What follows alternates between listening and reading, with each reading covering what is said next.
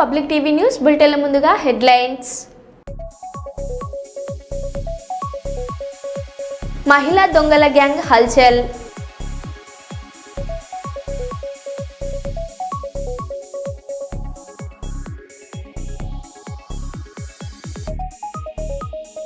Police అమరవీరుల త్యాగాలను స్మరించుకుంటూ కొవ్వొత్తుల ర్యాలీ.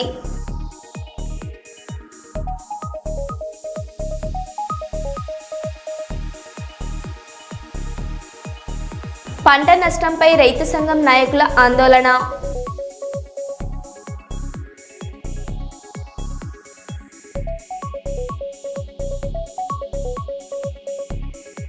దొంగలు దేవుడి హుండీకే కన్నం వేసిన ఘటన.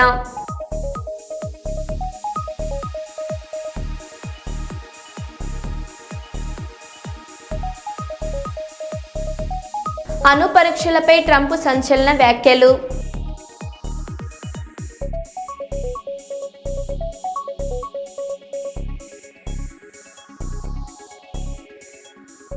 ఇక వివరాల్లోకి వెళ్తే, అకాల వర్షాలు మొంతా తుఫాన్ కారణంగా పంట నష్టపోయిన రైతులను ఆదుకోవాలని డిమాండ్ చేస్తూ తెలంగాణ రైతు సంఘం ఆధ్వర్యంలో నల్గొండ జిల్లా మిర్యాలగూడ సబ్ కలెక్టర్ కార్యాలయం ఎదుట ఆందోళన నిర్వహించారు. ఈ కార్యక్రమంలో మాజీ ఎమ్మెల్యే జూలకంటి రంగారెడ్డి పాల్గొన్నారు. అనంతరం సబ్ కలెక్టర్ కార్యాలయంలో వినతి పత్రం అందజేశారు. ఈ సందర్భంగా జూలకంటి మాట్లాడుతూ అకాల వర్షాల కారణంగా నియోజకవర్గంలో వేలాది ఎకరాల పంట నేల కొరిగిందని తెలిపారు. రైతులు ఎన్నో కష్టాలు పడి పంటలు సాగు చేసుకుంటే ప్రకృతి వైపరీత్యాల కారణంగా తీవ్ర నష్టాలు వస్తున్నాయని అన్నారు. ఎకరానికి 40,000కు పైగా పెట్టుబడి పెట్టారని, ఇప్పుడు అకాల వర్షాలతో పంటంతా దెబ్బతిన్నదని అన్నారు. నల్గొండ జిల్లా వ్యాప్తంగా సుమారు నష్టపోయిన పంటలకు ఎకరానికి 30,000 పరిహారం ఇవ్వాలని ప్రభుత్వాన్ని కోరారు. క్షేత్రస్థాయిలో వ్యవసాయ అధికారులు పర్యటించి పరిశీలించాలని, పంట నష్టం అంచనాలు రూపొందించి రైతులను ఆదుకోవాలని సూచించారు. తడిసిన ధాన్యాన్ని రైస్ మిల్లర్లు కొర్రీలు పెట్టకుండా కొనుగోలు చేయాలని కోరారు.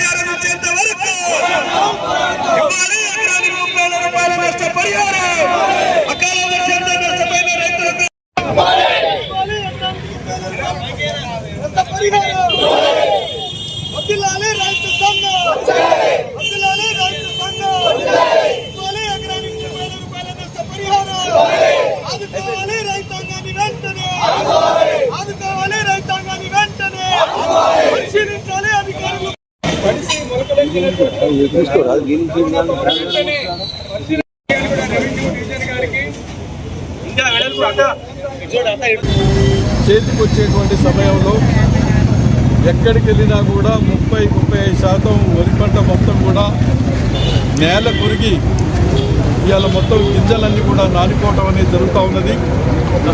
వారం 10 రోజుల్లో కోతగా కోసేటువంటి సమయంలో ఈ రకంగా ఏంటంటే రైతులు నష్టపోవడం జరుగుతూ ఉంది. రెండో వైపు పత్తి కూడా కాటన్ నల్లబడి కొంత దెబ్బతినటం అనేది జరుగుతూ ఉన్నది. ఎకరానికి 40-45 వేల రూపాయలు పెట్టుబడి పెట్టుకున్నటువంటి రైతులు ఇవాళ ఈ రకంగా ఈ వర్షాల వల్ల మరి పంట మొత్తం కూడా నష్టపోవటం వల్ల గోడును ఏడుస్తూ ఉన్నారు. కౌలు రైతులైతే మరీ అన్యాయమైనటువంటి పరిస్థితి ఎదుర్కోవటం అనేది జరుగుతూ ఉన్నది. మేము విత్తనాల కొరకు పోరాటం చేయాలి, ఈ రాజ్యంలో ఎరువుల కొరకు పోరాటం చేయాలి. తీరైందనంటే పంట చేతికొచ్చే సమయంలో ఇవాళ ఈ రకంగా నష్టపోయి కూడా మా నష్టాన్ని ఎవరు చూసేటువంటి పరిస్థితి లేకుండా పోతూ ఉంది. తర్వాత చేతికొచ్చిన పంట అమ్ముకుందామంటే ఐకేపీ కేంద్రాల దగ్గరికి పోతే పెద్ద ఎత్తున రాసులు పోసుకొని ఇలా కాపురాలు కావాల్సిన పరిస్థితి వస్తూ ఉన్నది.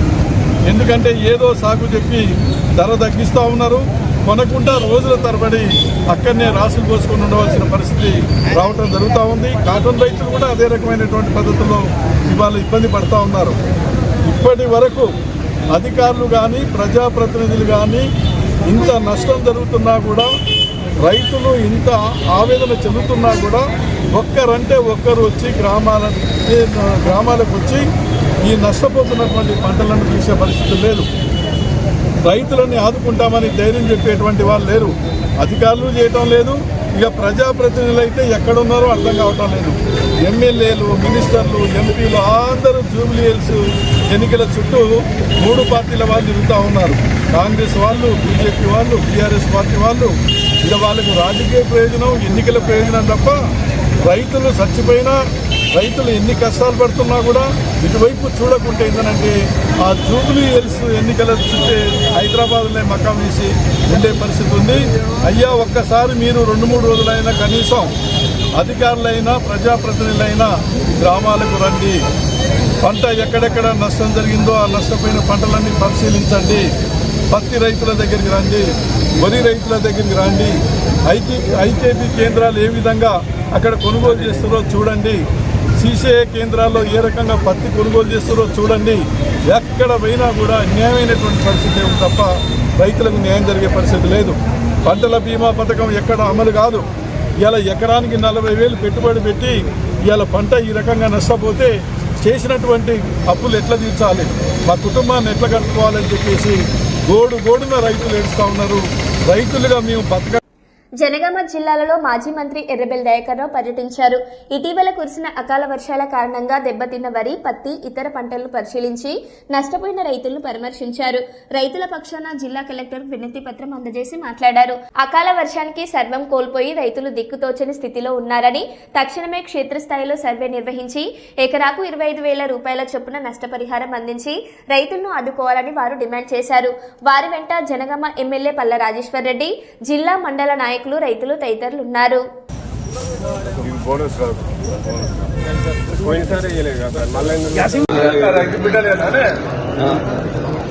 వాళ్ళ బాధ మీరు ప్రభుత్వం దృష్టికి తీసుకురండి.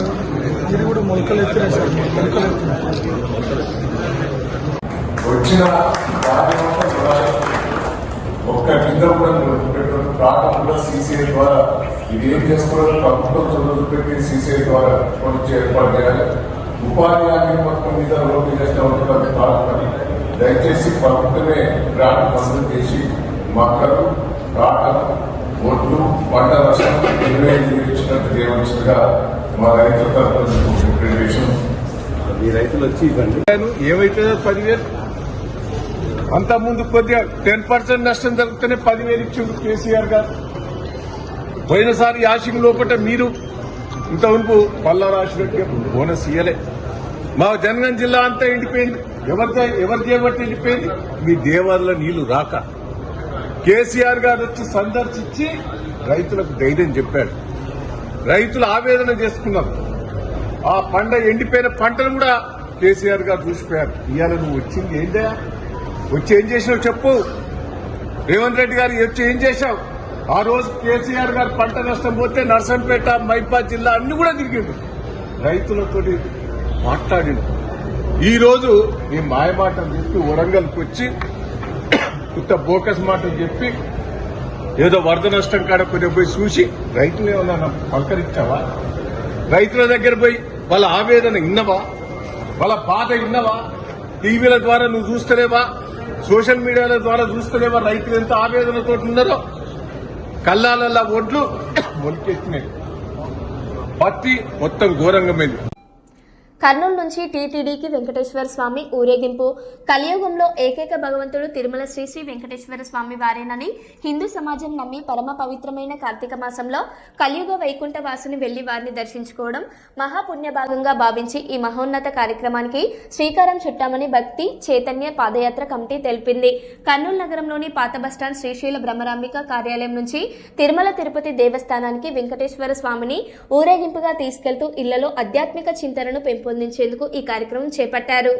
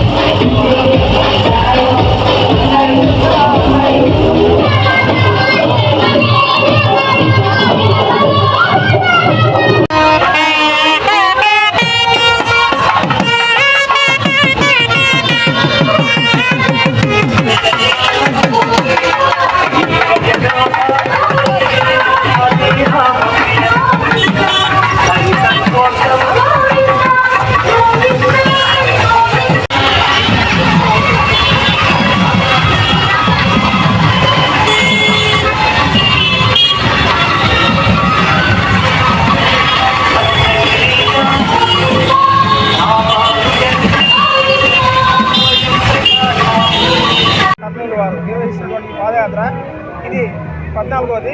13 సంవత్సరాలు నిర్విఘ్నంగా పూర్తి చేసుకొని ఈ సంవత్సరం భక్తుల సహకారంతో పూర్తిగా ఆధ్యాత్మిక భావంతో ఈ యాత్ర కొనసాగుతుంది.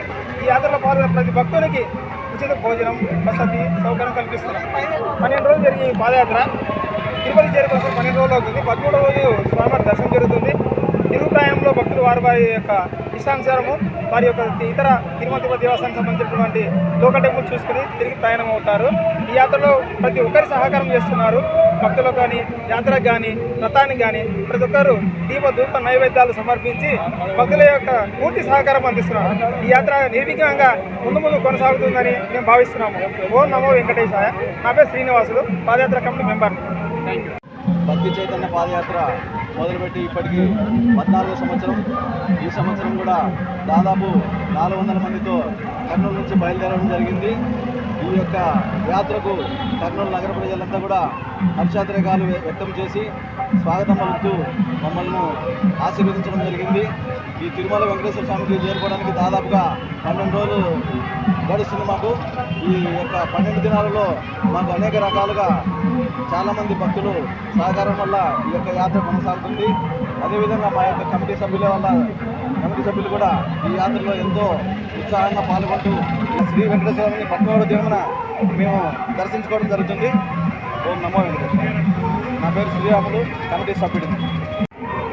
ఈ యొక్క మాసము కార్తీక మాసములో వెంకటేశ్వరుని దర్శించడానికే ఎంతో మంది చుట్టుముట్టు ప్రజలు ఉత్సాహంతో పాల్గొని ఈ యొక్క రథాన్ని జయప్రదం చేస్తున్నారు.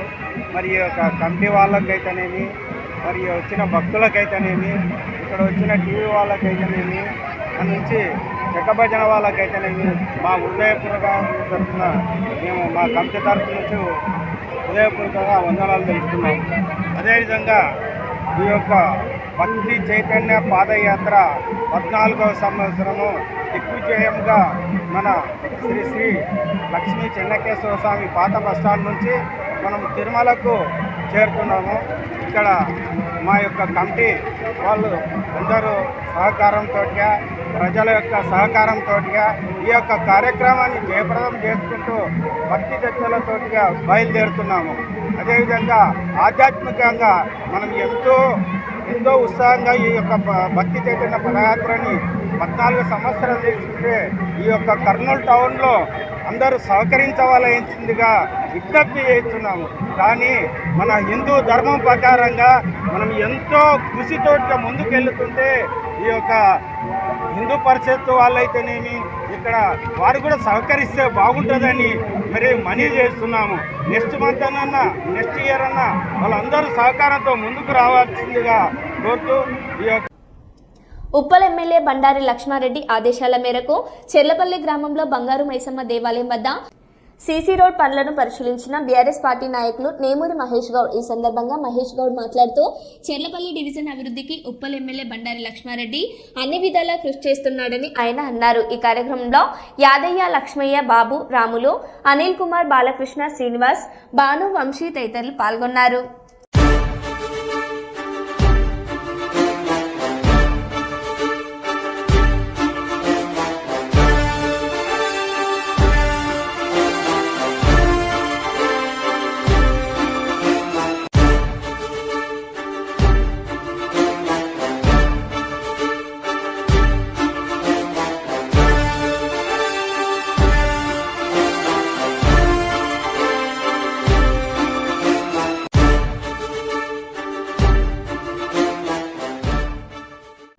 పాతపట్నం నియోజకవర్గం మోలియపుట్టి మండలం పిఎల్పురం గ్రామంలో ఎన్టీఆర్ భరోసా పింఛన్ పంపిణీ కార్యక్రమంలో పాల్గొన్న పాతపట్నం నియోజకవర్గం గౌరవ శాసనసభ్యులు శ్రీ మామిడి గోవిందరావు గారు పింఛన్ పంపిణీ కార్యక్రమంలో పాల్గొన్న ఎమ్మెల్యే గారిని స్థానిక ప్రజలు ఆహ్వానించిన అనంతరం ఎమ్మెల్యే ఈ సందర్భంగా మాట్లాడారు.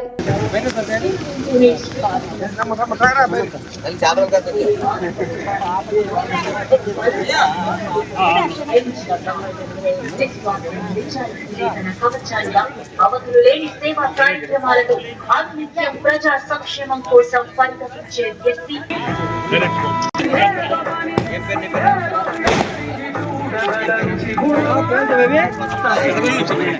పేద ప్రజల ఆకాంక్షని తన కాంక్షగా భావించి 1-0 మాడ బాధ్యత నాది. ఒకటి మాత్రం చూస్తున్నాను, నేను రాజకీయంతో చేయడం లేదు. గతంలో ఎమ్మెల్యేలు ఎవరంటే ఏంట్రా ఎక్కడి నుంచి వచ్చావు, అలా అది కాదు నాది. రాజకీయం ప్రేమతో చేస్తాను. నేను ఒక పేద కుటుంబం నుంచి వచ్చాను, ఒక సామాన్యమైన కుటుంబం నుంచి వచ్చాను. కష్టాలు నష్టాలు కన్నీళ్లు ఎన్నో చూసుకొని వచ్చిన వ్యక్తిని. పేదవాడి కష్టం ఎలా ఉంటుంది, ఒక రైతు కష్టం ఎలా ఉంటుంది, ఒక సామాన్యుడి కష్టం ఎలా ఉంటుంది, ఒక కార్మికుడి కష్టం ఎలా ఉంటుంది తెలిసిన వ్యక్తిని నేను. ఒక్కసారి ఎందుకంటే ఎవరు వచ్చినా నాకు డైరెక్ట్గా కలవచ్చు. మీకు ఎవరు ఎక్కడ ఆపడం అనేది జరగదు. గతంలో అంటే పెర్మిషన్ కావాలా, పైకి వెళ్ళాలా, అది ఏమీ మీకు అవసరం లేదు. ఒకసారి మీకు చాలా మంది అక్కడ కూర్చుంటారు నా దగ్గరికి, డైరెక్ట్గా నేనే కింద కూర్చుంటాను. ఏ టైం కూడా రాత్రి 12 గంటలకు వచ్చినా సరే నేను నా ఆఫీసులో కూర్చుంటాను. చాలా మంది నాయకులు వచ్చి రాత్రి 12 గంటలకు వచ్చుంటారు. ఎగ్జాంపుల్ మీ శ్రీనివాస్ గారు కూడా ఎన్నోసార్లు నా దగ్గర రాత్రి 10-11 గంటలకు వచ్చారు. మీ సెక్రటరీ గారు చాలా మంది 30 గంటలకు వచ్చారు. ఇక్కడ ఉన్న ప్రతి నాయకులు కూడా రాత్రి 10 గంటల తర్వాత వచ్చారు, నాతో మాట్లాడారు. గతం వేరు. పడుకుంటే ఉదయం 7 గంటలు కూడా అక్కడే నేను ఉంటాను. వచ్చిన తలుపు కూడా పట్టవచ్చు. లేదంటే నాకు ఎవరు ఫోన్ చేసినా సరే నేను తప్పనిసరిగా మీటింగ్ లో కానీ ఎక్కడైనా ఉంటే ఇక ఇలా ఫోన్ పెట్టుకోకుండా వచ్చాను, కారులో ఉంది. మళ్ళీ వెళ్ళి ప్రతి ఒక్కరికి ఫోన్ చేసి ఏ సమస్య ఉన్నదనుకోండి నేను మళ్ళీ అడుగుతాను. కారణం ఏంటంటే ఎవరికి ఏ అవసరం ఉందనేసి నాకు ఇది వీళ్ళకి ఏ సమస్య వచ్చిందో ఈ టైం అప్పుడు కాల్ చేశారని రాత్రి 12-1 గంటప్పుడు కూడా ఫోన్లు కాల్ చేస్తాను, ఎత్తుంటాను. నాకు దానివల్ల మొన్న సరైన నిద్ర లేక కర్నూలు నగరంలోని weaker section colony Indira Gandhi Nagar నందు బీడీ వర్కర్స్ ముఖద్వారంలో బొడ్రాయి ప్రతిష్టకు ముఖ్య అతిథిగా వైఎస్ఆర్సీపీ యువ నాయకుడు వై మద్దిలేటి పాల్గొని ప్రత్యేక పూజలు పాల్గొన్న అనంతరం భక్తులకు అన్నప్రసాద కార్యక్రమంలో వై మద్దిలేటి పాల్గొన్నారు. అంగరంగ వైభవంగా జరిగిన బొడ్రాయి ప్రతిష్ట కార్యక్రమానికి అతిథులు పాల్గొన్నారు. అయితే వైఎస్ఆర్సీపీ యువ నాయకుడు వై మద్దిలేటి రావడంతో కార్యకర్తలు నూతన ఉత్తేజంతో నృత్యాలు చేస్తూ బాణసంచలు కాలుస్తూ వై మద్దిలేటికి ఘన స్వాగతం పలికారు.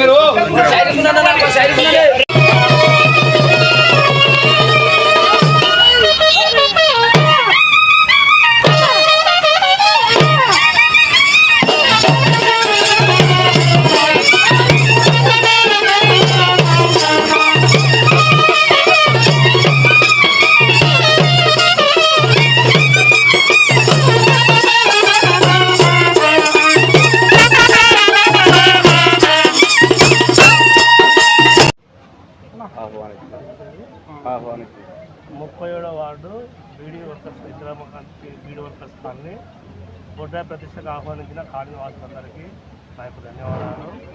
ఈరోజు ఆనందంగా నాకు చాలా ఆనందంగా ఉంది. ఈ బొడ్రాయి ప్రతిష్టకి నన్ను ముఖ్య అతిథిగా పిలిచినందుకు ఈ వార్డు ప్రజలందరికీ నా యొక్క హృదయపూర్వక ధన్యవాదాలు. అందరూ ఈ బొడ్రాయి ప్రతిష్ట సందర్భంగా సుఖ సంతోషాలతో అందరూ హ్యాపీగా ఉండాలని ఆ బొడ్రాయి మాత, ఈ రేణుకాయలమ్మ మాత సాక్షిగా సుఖ సంతోషాలతో అందరూ ఉండాలని కోరుకుంటున్నాను. దీనికి ఇచ్చిన 37వ వార్డు ప్రజలందరికీ పేరు పేరున నాయకు ధన్యవాదాలు. ఉచిత వైద్య శిబిరాలను ప్రజలు సద్వినియోగం చేసుకోవాలని రెడ్ క్రాస్ సంస్థ కర్నూలు అధ్యక్షుడు కేజీ గోవిందారెడ్డి, విద్యా సంస్థల అధినేత కేవీ సుబ్బారెడ్డి తెలిపారు. కర్నూలు రెడ్ క్రాస్ సంస్థ ఆధ్వర్యంలో బి క్యాంప్ అరోరా నగర్లో ఉచిత కంటి వైద్య శిబిరం నిర్వహించారు. 200 మందికి పైగా పేద ప్రజలకు ఉచితంగా కంటి పరీక్షలు నిర్వహించి మందులు పంపిణీ చేశారు. ఈ సందర్భంగా వారు మాట్లాడారు.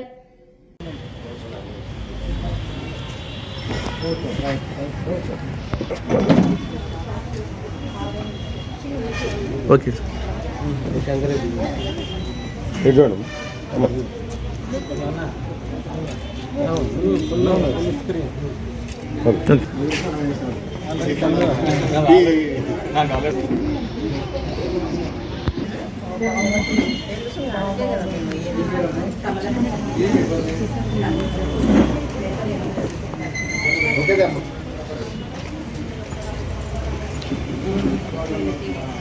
తీసుకున్నాం ఫోన్ చేస్తాను మార్కెట్ వెళ్తాను.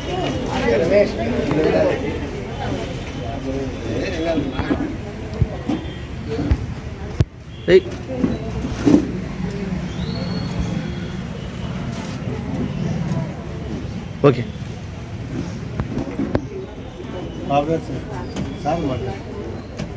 కేవీ సుబ్బారెడ్డి గారిని మాట్లాడాల్సిందిగా. నా ముందు కూడా పెద్దవాళ్ళు ఉంటే మీరు స్టార్ట్ చేయండి, మీరు కూర్చోండి.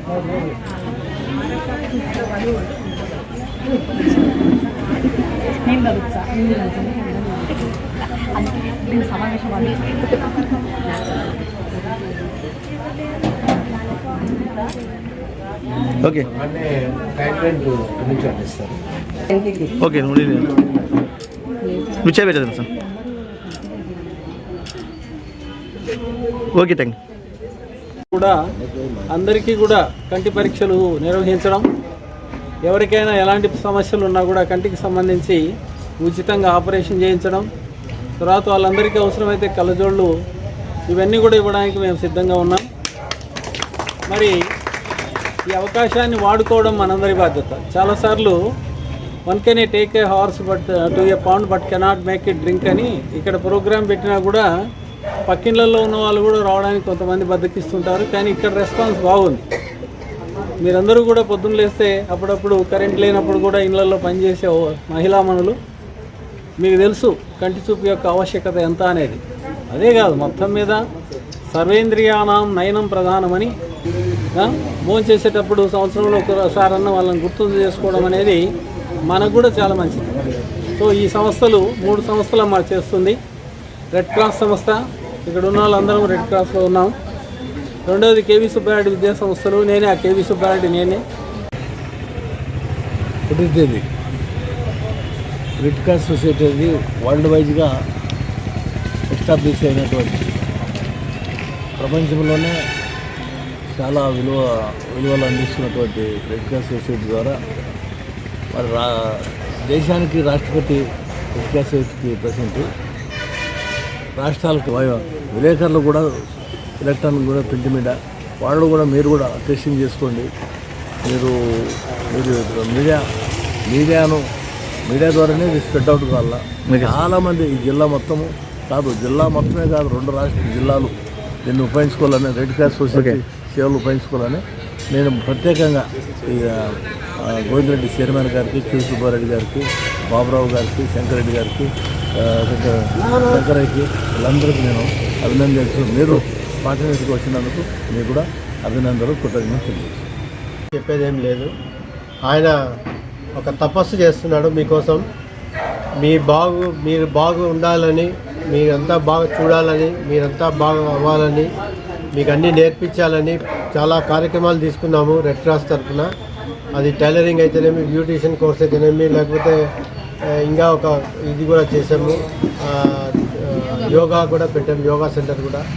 ఇట్లా అన్నీ పెడుతూ ఈ మధ్యనే కేవీ సుబ్బారెడ్డి గారు చాలా పల్లెల్లో కంటి చూపు తక్కువ ఉంది, చాలామంది బాధపడుతున్నారంటే పల్లెల్లో అన్నింటిలోనూ చేస్తున్నాము. రెడ్ క్రాస్, కేవీ సుబ్బారెడ్డి సంస్థలు మరియు భరత్ హాస్పిటల్ వాళ్ళు కలిసి సో ఆ భాగంగానే ఇక్కడ కూడా ఈ ఏరియా వార్డుకు కూడా చాలామంది మహిళలు ఉన్నారు, ముసలి వాళ్ళు ఉన్నారు. అంటే వారి కోసం ఈ క్యాంప్ అనేది ఏర్పాటు చేయడం జరిగింది. దీన్ని మీరంతా ఉపయోగించుకొని చాలామంది బాగుపడతారని అనుకుంటున్నాం. చాలా థ్యాంక్స్. మరో బులెటిన్లో మళ్ళీ కలుద్దాం. Stay tune.